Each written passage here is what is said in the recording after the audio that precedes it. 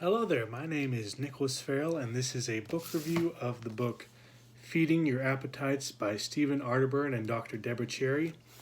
And the book is about how the appetites that we may struggle with, such as food, sex, work, pleasure, companionship, were actually created by God for us to enjoy and to fulfill. But somewhere down the line, we perverted them to satisfy our own selfish desires and to numb the pain that this life has brought us. And now we need to get them back under control and fulfill them in the way that God has intended us to fulfill them. I really like this book. It's a good read. I feel like it's going to help me a lot as I read it over and over again. And I really like how it shows us the appetites in the Bible. Like in the book of Genesis, it shows us the appetites as God gives them to Adam and Eve. The appetites of food, sex, authority and power, pleasure, work, companionship, fellowship with God, and gaining wisdom. I also have Stephen Arterburn's book, Every Man's Battle, which is a good book if you're struggling specifically with the appetite of sex. It's more for a man's perspective, and I think he also has a book called Every Woman's Battle, but it's a really good book. If you like this book, you'll like that one as well. Anyway, from this book, I feel like there's a few things that I'd like to take away. Two things that I feel like the authors were really trying to get us to understand.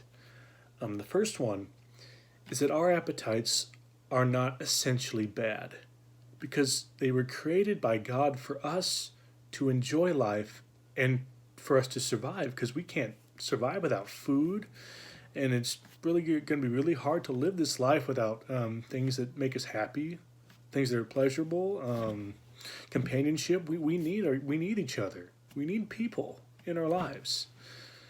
And of course, this fellowship with God, which we're going to need, because, we need to have fellowship with God. He's our creator. He knows us. But these appetites become bad when we fulfill them using selfish and sinful means that are contrary to what God desires for us. Things that we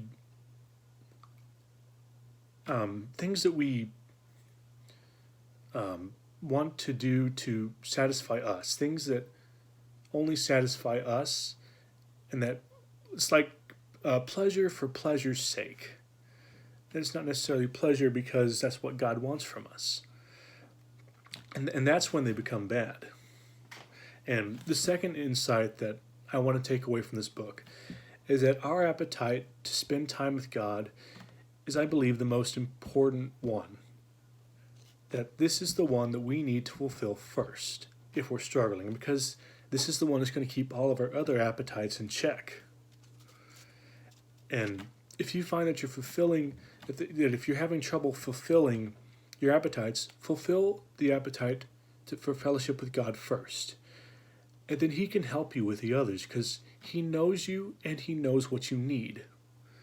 And if I ever find that I'm struggling with any appetite, I hope that I will then examine my life, examine my relationship with God, and if it's not where it needs to be, then that's what I need to do, is get on track with God and come back to Him, because that's what's ultimately going to help me fulfill my other appetites in a way that honors Him.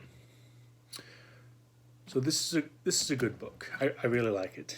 I want to read it and pass it to my children, because this is really important for life, I feel. So give it a look if you want. It's really good, and well, that's it.